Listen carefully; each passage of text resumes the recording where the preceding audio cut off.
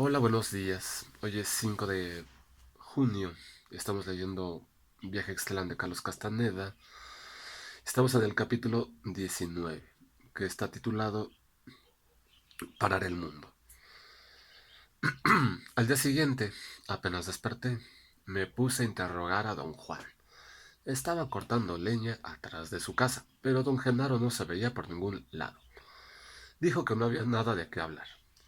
Señalé que yo había logrado conservar la calma y había observado a don Genaro nadar en el piso, sin querer ni pedir explicación alguna, pero mi contestación no me había ayudado a entender lo que pasaba. Luego, tras la desaparición del coche, me encerré automáticamente en la búsqueda de una explicación lógica, pero eso tampoco me ayudó. Dije a don Juan que mi insistencia en hallar explicaciones no era algo que yo mismo hubiese inventado arbitrariamente, nada más para ponerme difícil, sino que era algo tan hondamente enraizado en mí que sobrepujaba cualquier otra consideración. Es como una enfermedad, dije. No hay enfermedades, repuso don Juan con toda calma. Solo hay idioteces, y tú te haces el idiota al tratar de explicarlo todo.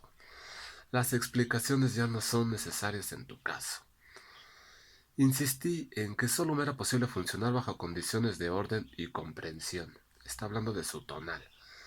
Les recordé que yo había cambiado radicalmente mi personalidad durante el tiempo de nuestra relación y que la condición que hizo posible tal cambio fue que pude explicarme las razones detrás de él. Don Juan rió suavemente y estuvo callado a largo rato. Eres muy listo, dijo por fin. Regresas a donde siempre has estado, pero esta vez se te acabó el juego. No tienes a dónde regresar. Ya no voy a explicarte nada. Lo que Genaro te hizo ayer se lo hizo a tu cuerpo. Entonces, que tu cuerpo decida qué es qué. El tono de don Juan era amistoso, pero inusitadamente desapegado. Y eso me hizo sentir una soledad avasallante. Expresé mis sentimientos de tristeza. Él sonrió. Sus dedos apretaron suavemente la parte superior de mi mano. Los dos somos seres que van a morir, dijo con suavidad. Ya no hay más tiempo para lo que hacíamos antes. Ahora debes emplear todo el no hacer que te he enseñado y parar el mundo.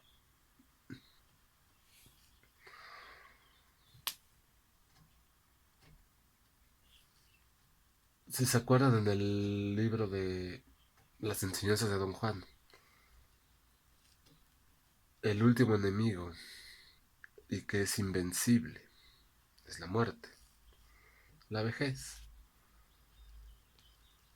Y tarde o temprano, todos los que estamos en este planeta nos vamos a morir. Y si nos damos cuenta de eso desde hoy, podemos aplicar esto. Ya no hay más tiempo para lo que hacíamos antes. Ya no hay tiempo para pelearnos. Ya no hay tiempo para estar sufriendo. No hay tiempo para estar perdiendo el tiempo. No tenemos tiempo. Entonces deberemos estar centrados en las cosas que valen la pena, en las cosas que solo pueden pasar en esta tierra. Es la única experiencia que vamos a tener porque no vamos a regresar, no vamos a reencarnar. Deberán olvidar esas cosas y disfrutar su estancia en la tierra y ser responsables y conocerse a sí mismos y fundirse en la verdad. Porque nos vamos a morir y deberemos de poder hacerlo antes de eso porque muertos ya no hay forma de integrarnos conscientemente a la totalidad. Entonces ya no hay más tiempo para lo que hacíamos antes. Ahora debes emplear todo el no hacer que te he enseñado y parar el mundo. Volvió a apretarme la mano. Su contacto era firme y amigable. Reafirmaba su preocupación y su afecto por mí, y al mismo tiempo me daba la impresión de un propósito inflexible. Este es mi gesto que tengo contigo, dijo prolongando un instante el apretón de manos. Ahora debes irte solo a esas montañas amigas, señaló con la barbilla a la distante cordillera hacia el suroeste. Dijo que yo debía permanecer allí hasta que mi cuerpo me dijera que ya era bastante, y luego volver a su casa. No quería que yo dijese nada ni esperase más tiempo, y me lo hizo saber empujándome con gentileza en dirección del coche. ¿Qué debo de hacer allí, don Juan? En vez de responder me miró, meneando la cabeza. Ya estuvo bueno, dijo al fin. Luego señaló con el dedo hacia el sureste. Ándale, dijo cortante. Fui hacia el sur y luego hacia el este, siguiendo los caminos que siempre había tomado al viajar con don Juan. Estacioné el coche cerca del sitio donde la brecha terminaba y luego seguí un sendero conocido hasta llegar a una alta meseta. No tenía idea de qué hacer allí. Empecé a pasearme, buscando un sitio de reposo. De pronto advertí un peñasco, un pequeño espacio a mi izquierda. La composición química del suelo parece ser distinta en dicho sitio, pero cuando enfoqué allí los ojos, no vi nada que explicase la diferencia. Parada a corta distancia, traté de sentir como don Juan me recomendaba siempre. Quedé inmóvil cosa de una hora. Mis pensamientos empezaron a disminuir gradualmente, hasta que ya no hablaba conmigo. Tuve entonces una sensación de molestia. Parecía confinada a mi estómago y se agudizaba cuando yo enfrentaba el sitio en cuestión. Me repelía y me sentí impelido a apartarme de él. Empecé a examinar el área con los ojos cruzados y tras caminar un poco llegué a una gran roca plana. Me detuve frente a ella. No había en la roca nada en peculiar que me atrajera. No detecté en ella ningún color ni brillo específico, pero me gustaba. Mi cuerpo se sentía bien. Experimenté una sensación de comodidad física y tomé asiento un rato. Todo el día vagué por la meseta y las montañas circundantes, sin saber qué hacer ni qué esperar. Al oscurecer volví a la roca plana. Sabía que pasando allí la noche estaría a salvo. Al día siguiente me adentré más en las montañas hacia el este. Al atardecer llegué a otra meseta, todavía más alta. Me pareció haber estado allí antes. Miré en torno para orientarme, pero no pude reconocer ninguno de los picos circundantes. Tras elegir con cuidado un sitio, me senté a descansar al borde de un área yerma y rocosa. Allí sentía tibieza y tranquilidad. Quise sacar comida de mi guaje, pero estaba vacío. Bebí un poco de agua. Estaba tibia y ácida. Pensé que no me quedaba más que volver a casa de don Juan y empecé a preguntarme si debería iniciar una vez mi camino de regreso. Me acosté boca abajo y apoyé la cabeza en el brazo. Inquieto, cambié varias veces de postura, hasta hallarme de cara al oeste. El sol ya descendía. Mis ojos estaban cansados. Miré el suelo y vi un gran escarabajo negro. Salió detrás de una piedra, empujando una bola de estiércol 2 veces más grande que él. Seguí sus movimientos durante largo rato. El insecto parecía ajeno a mi presencia y seguía empujando su carga sobre rocas, raíces, depresiones y protuberancias. Hasta donde yo sabía, el escarabajo no se daba cuenta de que yo estaba allí. Se me ocurrió la idea de que yo no podía estar seguro de que el insecto no tuviera conciencia de mí. Esa idea desató una serie de evaluaciones racionales con respecto a la naturaleza del mundo del insecto, en contraposición con el mío. El escarabajo y yo estábamos en el mismo mundo, y obviamente el mundo no era el mismo para ambos. Me concentré en observarlo, maravillado de la fuerza titánica que necesitaba para transportar su carga por rocas y por grietas. Largo tiempo observé al insecto, y entonces me di cuenta del silencio en torno. Solo el viento silbaba entre las ramas y hojas del matorral.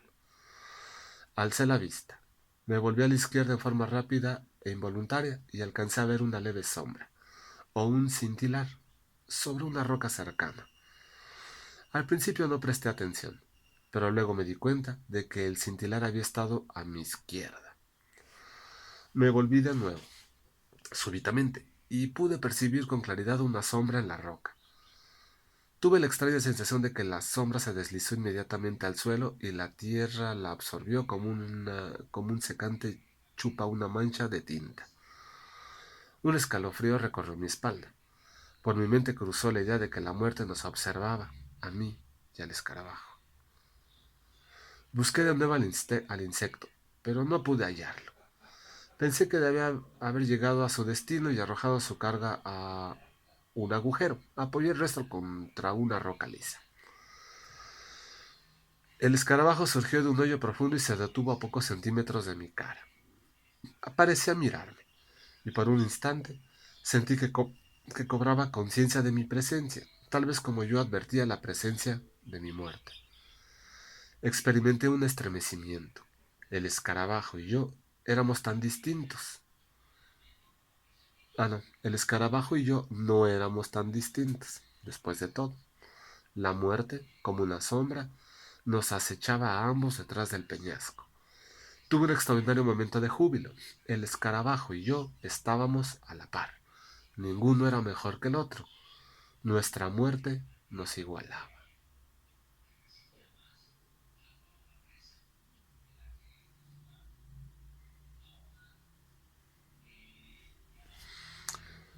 Recuerdo que cuando leí esto la primera vez, me di cuenta de que en cierto sentido, pues todos estamos equiparados. Todos iguales, todos nos vamos a morir, cada quien tiene sus ciclos.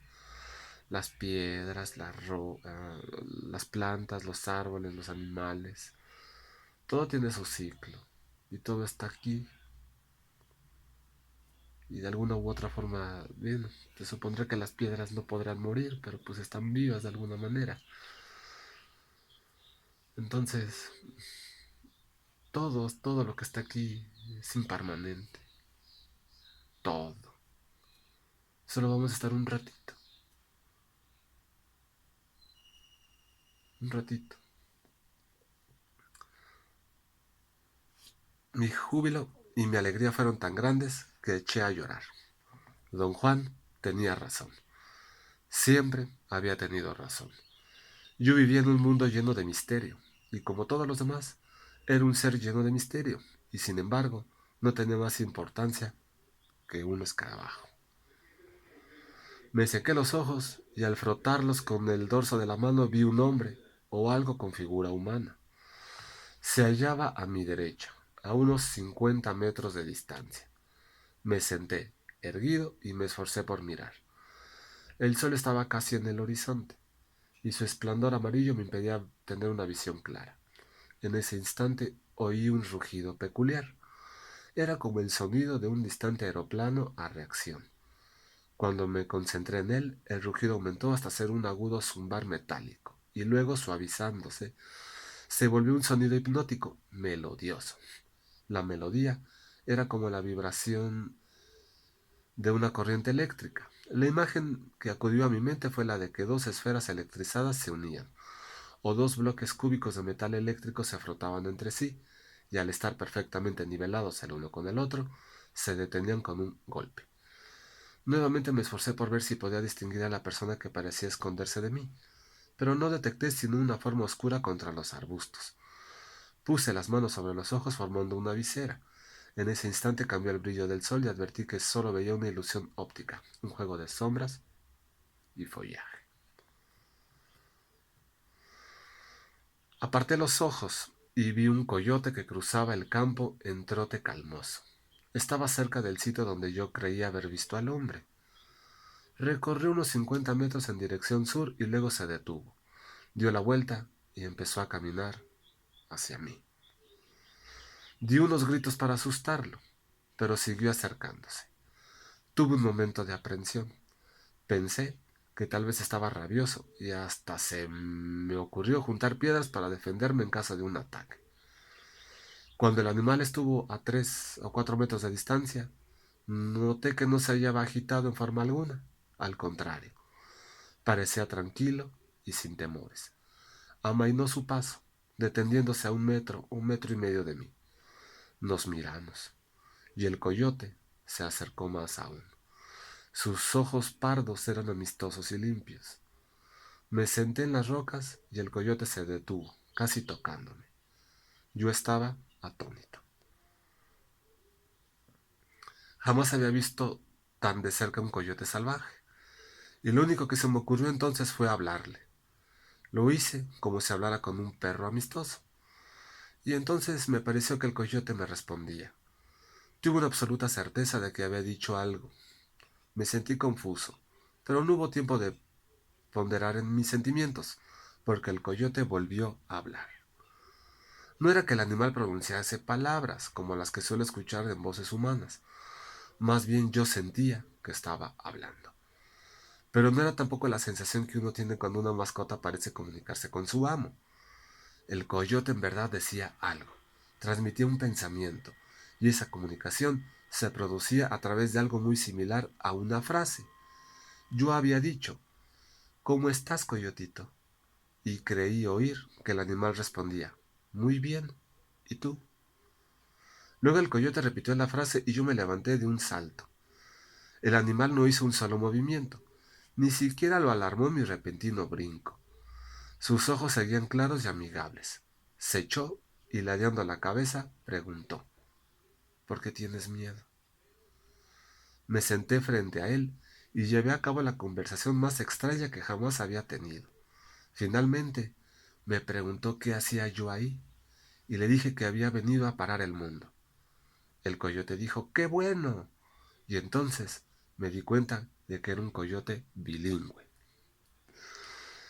Los sustantivos y verbos de sus frases eran en inglés, pero las conjunciones y exclamaciones eran en español. Cruzó por mi mente la idea de que me hallaba en presencia de un coyote chicano. Eché a reír ante lo absurdo de todo eso y reí tanto que casi me puse histérico. Entonces, la imposibilidad de lo que estaba pasando me golpeó de lleno y mi mente se tambaleó. El coyote se incorporó y nuestros ojos se encontraron. Miré los suyos fijamente. Sentí que me jalaban, y de pronto el animal se hizo iridiscente. Empezó a resplandecer. Era como si mi mente reprodujese la memoria de otro suceso que había tenido lugar 10 años antes, cuando bajo la influencia del peyote presencié la metamorfosis de un perro común en un inolvidable ser de iridiscencia. Era como si el coyote hubiera provocado el recuerdo, y la imagen de aquel suceso anterior invocada se superpusiera a la forma del coyote. El coyote era un ser fluido, líquido, luminoso. Su luminosidad deslumbraba. Quise proteger mis ojos curviéndolos con las manos, pero no podía moverme. El ser luminoso me tocó en alguna parte indefinida de mí mismo y mi cuerpo experimentó una tibieza y un bienestar indescriptible, tan exquisitos que el toque parecía haberme hecho estallar. Me transfiguré. No podía sentir los pies, ni las piernas, ni parte alguna de mi cuerpo, pero algo me sostenía erecto. No tengo idea de cuánto tiempo permanecí en esa posición. Mientras tanto, el coyote luminoso y el monte donde me hallaba se disolvieron. No había ideas ni sentimientos. Todo se había desconectado, y yo flotaba libremente. Vamos a dejarlo hasta ahí. Yo creo que ya no va a faltar tanto para que termine. Mañana lo terminamos en otro video.